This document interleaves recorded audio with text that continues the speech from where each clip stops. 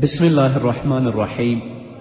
الحمد لله رب العالمين حمد الشاكرين، الصلاة والسلام على سيد الأنبياء والمرسلين سيدنا ونبينا وشفيعنا ومولانا محمد وعلى آله وأصحابه الطيبين الطاهرين.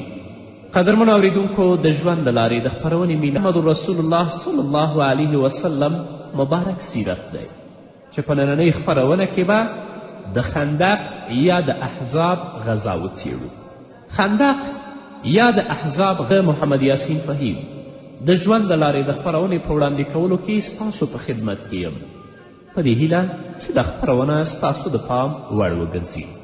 قدرمنو اوریدونکو، زموږ د نننۍ خپرونې موضوع بیا هم د محمد رسول الله صلی الله علیه وسلم مبارک سیرت دی چې په نننۍ خپرونه کې به د خندق یا د احزاب غزا وڅیړو. خندق یا د احزاب غزا د هجرت په 5م کال د شوال په میاشت کې واقع شوه. دا غزوه ډیره پریکنده غزا او د مسلمانانو لپاره د ابتلا او امتحان یوه ستره پیښه وه چې له دې مخکې په مسلمانانو داسې ابتلا نه وه راغلې. الله رب العزت د خندق د غزا په اړه فرمایي: اذ جاءوكم من فوقكم ومن اسفل منكم واذ زاغت الابصار وبلغت القلوب الحناجر وتظنون بالله ظنونا هنالك المؤمنون وزلزلوا زلزالا شدیدا. الله رب العزت فرمایي کله چې هغوی له پاسه او له لاندې پر تاسې یرغل وکړه او کله چې سترګې له ویرې تیغې راوختلې او زړونه خولې ته راغلل او تاسې د الله په باب راز ګمانونه وکړل، اکثر شکي شوي ول. هغه وخت کې چې مؤمنان ښه وآزمایل شول او سخت ولرزول شول. زموږ د سیرت کتابونه په ځانګړې توګه ابن هشام لیکي د دې جګړې لامل یهود ول. په هر ځای کې اسلام ته مسلمان ته خیانت یهودو کړی. نه د دیو په وعده باندې یقین شته، نه د دیو په تړون باندې یقین شته او نه د دیو په دوستی باندې یقین شته. خو نن ورځ له بده مرغه مسلمانانو د دوی د غلامي کړۍ په خپلو غوږونو کې اچولي. د دوی په وعدو او همدارنګه د دوی په تړونونو باندې دوی دوکه شوي، خو دوی تل لپاره دا کوشش کوي چې مسلمان څنګه وځپي، د مسلمانانو په وینو څنګه د خپل لاسونه سره کړي او څنګه اسلام ته خیانت وکړي. نو د دې جګړې لامل یهود ول. د بني نظیر او بني وایل قبیلو یوه ډله د مکې قریشو ته ورغلل. د هغه یهود ول چې په مدینې منوره کې استېدل. چې کله قریشو ته ورغلل، قریش د محمد رسول الله صلی الله علیه وسلم سره جنگ او مقابلې ته راوبلل. قریشو د رسول الله صلی الله علیه وسلم سره د جګړې ترخه تجربه لیدلې وه او د هغې په اور باندې داغېدلي ول، ځکه د هغو ټول مشران وژل شوي ول او څه اسیران ول. قریشو مسلمانانو سره همدارنګه محمد رسول الله صلی الله علیه وسلم سره جګړې ته زړه نه ښه کاوه او د جګړې نه ډډه کوله. خو د یهودو پلاوي جګړه ورته آسانه او د پایلو په لحاظ ښکلې ښکاره کړه. دی ورته ویلي چې جګړه آسانه ده او پایلې هم ښکلې دي، هیڅ مشکل په دې کې نشته. او په نفسي لحاظ یې قریش او مشرکین جګړې ته وهڅول. همدارنګه دا یهود چې د مکې مشرکانو ته ورغلي ول، هغو ته یې وویل تر هغه وخته پورې ستاسې تر څنګ موږ ولاړ یو او ستاسو ملاتړ کوو تر څو چې العیاذ بالله موږ او تاسې د محمد رسول الله صلی الله علیه وسلم جرې له بیخه نه وي ویستلي. قریش د یهودو پر دې خبره باندې ډېر خوشحاله شول، ځکه قریش خو د رسول الله صلی الله علیه وسلم دښمنان او د صحابهو دښمنان ول. نو چې کله یهودو هغوی ته دا خبرې وکړې، قریش لا هم په دې باندې خوشحاله شول او د جګړې بلنه یې ومنله او ټولو قریشو په دې خبره باندې توافق وکړ. د دې نه وروسته بیا یهود چې دا ډېر لجوج قوم او ډېر پلیت قوم دی، دغه د یهودو وفد بیا د غطفان قبیلې ته ورغی. ډېره لویه قبیله او هغوی هم د مسلمانانو په خلاف د یو مشترکې جبهې جوړولو ته راوبلل چې موږ او تاسو به مشترکه یا متحده جبهه جوړوو او د مسلمانانو پر خلاف به جنګیږو. بیا دا د یهودو وفد مختلفو قبایلو ته ولاړل. هغوی ته یې په مدینې منوره کې د یو پرېکنده یرغل پلان او د هغې سره د قریشو موافقه وړاندې کړه. هرې قبیلې ته به چې ورغلل دا به یې ورته ویلې چې قریشو موږ سره موافقه کړې ده او موږ دا تصمیم او دا هوډ لرو چې په مدینې منورې باندې حمله وکړو، محمد رسول الله صلی الله علیه وسلم او د هغه ملګري د مدینې منورې نه وباسو او ویشړو. خو دا پلید په دې باندې پوه نه ول د محمد رسول الله مرسته او د صحابه کرامو مرسته الله کوي. نه به قریش څه ورته ویلی وشي او نه یهود نه غطفان او نه نورې قبیلې. نو د څو شرطونو په اساس دې قبایلو د یوې مشترکې جبهې په جوړولو او مدینې منورې باندې په حملې کولو موافقه او تړون وکړ. او په دې توګه د ابو سفیان بن حرب تر قمندې لاندې په مدینې باندې د حملې لپاره په 10,000 جنګیالیو مشتمل یو ستر پوځ جوړ کړی شي چې 4,000 د قریشو جنګیالي ول او 6,000 د غطفان د قبیلې جنګیالي ول چې ټولو دا تصمیم نیولی چې موږ به په مدینې باندې حمله کړو. او د دې ټولو قمنده د ابو سفیان لاس لاندې وه. د مسلمانانو د لښکر شمیر چې په هیڅ توګه له 3,000 جنګیالیو څخه زیات نه و فیصله وکړه چې د مدینې څخه د دفاع په خاطر د مدینې په داخل کې سنګر نیسي او له مدینې منورې څخه بیرون نه وځي. مسلمانانو دا تصمیم نیولی او د دې 3,000 پوځ و او د دښمن 10,000 پوځ و. نو مسلمانانو دا تصمیم ونیو چې موږ به په مدینې منوره کې یو او د دښمن د حملې او د دښمن د یرغل نه به موږ دفاع کوو. په دې وخت کې حضرت سلمان فارسی رضی الله تعالی عنه رسول الله صلی الله علیه وسلم ته ویلې چې یا رسول الله د مدینې په ځینې اطرافو کې باید موږ او تاسو خندق وکینو. خندق تر اوسه هم شته، اثار شته دی. زه لاړم ومې کتل. الله دې تاسو ته هم نصیب کړي د حرمینو شریفینو زیارت چې هغه ځایونه په سترګو باندې وګورئ. نو سلمان فارسی رسول الله صلی الله علیه وسلم ته ویلي یا رسول الله د مدینې په ځینې اطرافو کې به موږ خندق وکینو. او دا یې ورته ویلي یا رسول الله په فارس کې به چې موږ د دښمن د سپور پوځ د حملې خطره محسوس کړه په خپلو 4 خواو کې به موږ خندقونه کینستل. رسول الله صلی الله علیه وسلم د حضرت سلمان فارسی رضی الله تعالی عنه مشوره ومنله او رسول الله صلی الله علیه وسلم امر وکړ چې د مدینې په هغه لوڅ طرف کې خندق وکړي د کوم لورې څخه چې د حملې ویره وي. پیغمبر علیه الصلاة والسلام د خندق کینستل په خپلو ملګرو باندې وویشل. هرو 10 کسانو ته 40 ګزه خندق کینېدل ور په برخه شي. د خندق په کینستلو کې خپله محمد رسول الله صلی الله علیه وسلم هم برخه اخلي د دې لپاره چې مسلمانان اجر و ثواب ته وهڅوي. نو مسلمانانو او صحابه کرامو چې کله ولیدل چې رسول الله صلی الله علیه وسلم په خپله خندق کوي نو مسلمانانو هم په ډیر شوق او اخلاص سره کار کو او په داسې حال کې چې ډیره سخته یخني هم وه، د خوراکي توکو سخت کمبود و او مسلمانانو یوازې دومره خوراک درلود چې خپل ژوند یې پرې ساته. ابو طلحه رضی الله تعالی عنه فرمایي چې موږ رسول الله صلی الله علیه وسلم ته د ولږې شکایت وکړه چې رسول الله موږ وږي او د خپله خیټې موږ رسول الله صلی الله علیه وسلم ته وښودلې چې یوه ډبره مو په خپله خیټو باندې تړلې وه. رسول الله صلی الله علیه وسلم خپله مبارکه خیټه موږ ته راوښودله چې رسول الله د ولږې نه هلته 2 ډبرې پرې تړلې وې. صحابه کرام خوشحاله او راضي ول، د الله رب العزت حمد یې بیانوه، شکایت یې نه کوه او د ستړیا احساس یې هم نه کوه، بلکې هغوی په ټول ژوند کې دا کوشش کوه چې الله زموږ نه څنګه راضي شي او د الله رسول او د الله پیغمبر زموږ نه څنګه راضي شي. د هغو ټول احساس همدا و، بل څه نه و. هغوی تکلیف هم تیروه، هغوی زحمت هم تیروه او لږه او تنده هم تیروله، خو دا یې غوښتل چې الله څنګه راضي شي او د الله پیغمبر څنګه راضي شي. هغوی د دنیا محدود ژوند کله هم نه غوښت. هغوی د تلپاتې ژوند لپاره په دنیا کې تیاری نیوه. الله نه به هم توفیق غواړو. قدرمن اورېدونکو نور به م واورو خو د یوې دمې نه وروسته. یا نبی ستا شجاعت نشم قربان، معجزات دې ښکاره کړه د خندق په لوی میدان. په مشرکانو شور غوغا شوا یا نبی ستا شجاعت نشم قربان ما جزا دی ښکاره کړه د خندق په لوی میدان.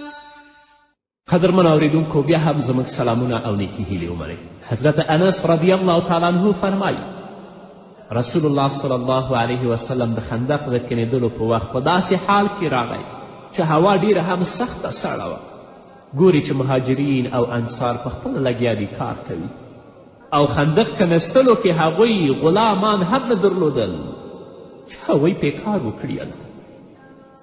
رسول الله صلی الله علیه وسلم چې د هغوی د ولږې او د هغوی د ستړیا حالت ولیده نو رسول الله وفرمایل یا الله اصل حقیقي ژوند خو د آخرت ژوند دی. یا الله انصار او مهاجرینو ته بخښنه وکړي. اللهم لا عیش الا عیش الآخره فاغفر الانصار والمهاجره. انصارو او مهاجرینو په ځواب کې ویل نحن الذین بایعوا محمدا على الجهاد ما بقینا ابدا. موږ د محمد صلی الله علیه وسلم سره د عمر تر آخري سلګۍ پورې په جهاد بیعت او تړون کړی دی کله به هم شاته نه ګرځو. صحابه کرام د خندق په کنستلو کې مصروفه ول. په دې وخت کې یوه غټه او کلکه ډبره راڅرګنده شوه چې د صحابه و کرامو رضوان الله تعالی علیهم اجمعین د کلنګونو وس په هغه باندې نه کېده او د صحابه و کرامو د کلنګونو زور په هغه کاڼې او ډبره باندې هم نه رسېده. راغلل محمد رسول الله صلی الله علیه وسلم ته شکایت وکړ. رسول الله صلی الله علیه وسلم په خپله مبارک کلنګ پورته کړ. د بسم الله په ویلو سره یې هغه کاڼي او هغې ډبرې ته یو پیغمبري ګزار ورکړ. نو په یو ګزار باندې د هغه کاڼي درېیمه برخه ماته شوه او دا یې ویلې چې الله اکبر د شام کلیګانې الله ماته راکړې او شام فتح شي او والله چې ما د شام سترې ماڼۍ ولیدلې. بیا رسول الله صلی الله علیه وسلم دویم ګزار ورکړ. په دویم ګزار سره هم د دې غټ کاڼي او د دې غټې ډبرې درېیمه حصه ماته شو او دا یې ویلې چې الله اکبر د فارس کلیګانې ماته راکړی شوې په الله سوګند د مدائن سپینه ماڼۍ مې ولیدله. بیا یې د بسم الله په ویلو سره درېیم ګزار وکړه او ډبره یې ټوټه کړه او هغه د رسول الله صلی الله علیه وسلم وینا صحیح چې د هغه په ژوند کې او د هغه نه وروسته الله رب العزت ټول مناطق فتح کړل. په درېیم ګزار سره رسول الله الله اکبر وی او دا وی چې د یمن کلیګانې الله ماته راکړي. په الله سوګند د یمن کلیګانې راکړی شوې. په الله سوګند زه همدا اوس له دې ځایه د صنعا دروازې وینم. دا د رسول الله صلی الله علیه وسلم معجزه وه. بله معجزه یې دا وه چې یو صحابي رسول الله صلی الله علیه وسلم ډوډۍ ته دعوت کوي چې صرف د اوربشو د اوړو نه ډوډۍ پخوي او یو خوار څاروی لري هغه حلالوي. رسول الله رابلي ډوډۍ ته او رسول الله صلی الله علیه وسلم ټولو ته آواز کوي چې تاسو میلمانه یاستئ. د برکت دعا لولي ټولې خوري لا هم باقي پاتې کیږي. دا د رسول الله معجزې وي. همدارنګه مسلمانان د خندق په کنستلو کې د یوې کلکې پرخې سره مخامخ شول چې د صحابه و کرامو وس پرې نه کېده. رسول الله صلی الله علیه وسلم د اوبو یو لوښی راوغوښت. پیغمبر علیه الصلاة وسلام په هغه لوښي کې چې اوبه پکې هم وې د خپلې مبارکې لاړې واچولې او د الله رب العزت څخه دعا وغوښتله. بیا هغه اوبه یې په هغه پرخه باندې وشیندلې هغه کلک ځای باندې چې کله رسول الله صلی الله علیه وسلم هغه اوبه په هغه کلک ځای باندې وشیندلې هغه نه د شګې ډیرۍ جوړه شوه. همدارنګه په لږ خوراک کې الله رب العزت برکت کیښود د ټول لښکر د ملک لپاره هغه پوره شي. دا د رسول الله صلی الله علیه وسلم معجزې وي. نو قریش او همدارنګه غطفان د خپلو قبایلو سره 10,000 لښکر سره د مدینې منورې مخې ته پړاو واچو. رسول الله صلی الله علیه وسلم د خپلو 3,000 مجاهدینو سره د جنگ لپاره تیار شو او د مسلمانانو او د مشرکینو د دښمن ترمنځ دغه خندق چې مجاهدینو کنستی و دا حائل واقع و. په مدینې منوره کې د یهودو د بني قریظه قبیلې او مسلمانانو ترمنځ د سولې معاهده او تړون و. دوی خپل منځ کې تړون کړی و. لکن د بني نظیر مشر حیی بن اخطب بني قریظه د تړون ماتولو ته وهڅول تر څو رسول الله صلی الله علیه وسلم سره چې هغه تړون دوی لري هغه تړون مات کړي. د څه تردد او زړه نازړه کېدو وروسته یې تړون مات که چې په دې سره مسلمانان په یوه لویه ابتلا او ویره کې اخته شول. د ځینو منافقینو نفاق هم را څرګند شو. منافقین به دا ویلې چې زموږ په کورونو کې څوک نشته. نو له جنگ میدان نه منافقین هم د خپلو کورونو ته روان شول. نو چې کله یهودو رسول الله صلی الله علیه وسلم سره تړون او معاهده ماته کړه د دې سره د مسلمانانو ازمیښت نور هم زیات شو. ویره خپره شوه او له هرې لورې دښمن راورسید تر دې چې مؤمنانو راز راز ګمانونه پیل کړل او د ځینو منافقانو سپټ منافقت هم را څرګند شو چې جنګ یې پرېښود خپلو کورونو ته راغی.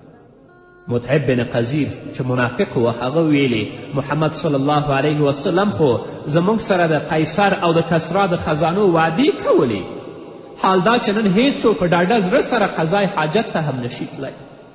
نو پیغمبر علیه الصلاة والسلام د کفري صف د ماتولو په مخه اراده وکړه چې د غطفان د قبیلې مشرانو ته په دې شرط د مدینې درېیمه برخه میوه ورکړي چې د خپل قوم د سرتیرو سره یو ځای د جنګ نه لاس په سر شي او بیرته د مدینې منورې څخه ستانه شي.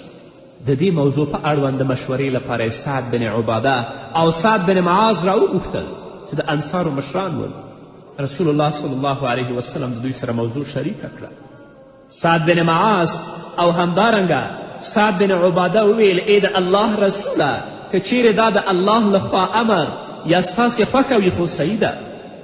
رسول الله صلی الله علیه وسلم وفرمیل دا کار مې په دې مخه کول غوښتل چې ومې لیدل ټول عرب ستاسې مقابلې ته یو موټی شوي دي. د دوی د قوت ماتولو او ستاسو څخه د دفاع لپاره دا فکر را سره پیدا شوی و چې دوی ته به د مدینې منورې د درېیمه حصې میوه ورکړو او دوی به د جنګ نه بیرته ستانه کړو. سعد بن معاذ رضی الله تعالی عنه ورته ویل یا رسول الله هغه وخت چې موږ او دوی ټول مشرکان وو موږ به د بتانو بندګي کوله نه مو الله پیژانده او نه مو د هغه عبادت کوه. هغه وخت دوی د دې جرأت نه درلوده چې پرته د میلمستیا او خرڅلاوي دوی زموږ څخه یوه خرما هم وخوري او زموږ نه یې ویسي. اوس چې الله پاک په اسلام عزتمند کړو الله راته هدایت نصیب که او ستا په برکت یې قدرمند کړو اوس به موږ دوی ته د خپلو مالونو څخه تیریږو او دوی ته به درېیمه حصه میوه ورکوو. په الله قسم چې د تورې د ګزارونو څخه پرته بل هیڅ شی ورکولو ته موږ تیار نه یو تر څو چې الله تعالی زموږ او د دوی ترمنځ پریکړه وکړي. رسول الله صلی الله علیه وسلم وفرمایل سعد دا ته او د هغه تړون. سعد تړون پاڼه سر تر پایه ولسته او هغه لیک یې وران که چې دا تفصیل پکې لیکل شوی و او بیا یې ویلې دوی دې نه ران شي موږ سره دې مخامخ وجنګي. ډېرې شپې او ورځې رسول الله صلی الله علیه وسلم او مسلمانانو پړاو اچولی و او دښمن هغوی محاصره کړی و. کوم لوی جنګ پیښ نشه خو د قریشو سپرو پوځي ګروپونو په خندق باندې کله ناکله حمله کوله. نور به واورو قدرمنو اوریدونکو خو هغه په بلې خپرونه کې. نو دا وه زموږ نننۍ خپرونه چې ستاسو درانه حضور ته وړاندې شوه. تر بلې خپرونې پورې چې زه بیا هم ستاسو درانه حضور ته راځم تاسو ټول په پاک رب سپارم.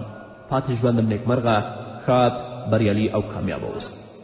چې شیر خدا حضرت علی کمان کوینا یا نبی ستا شجاعت نشم قربان معجزات دی خرکړه د خندق په میدان.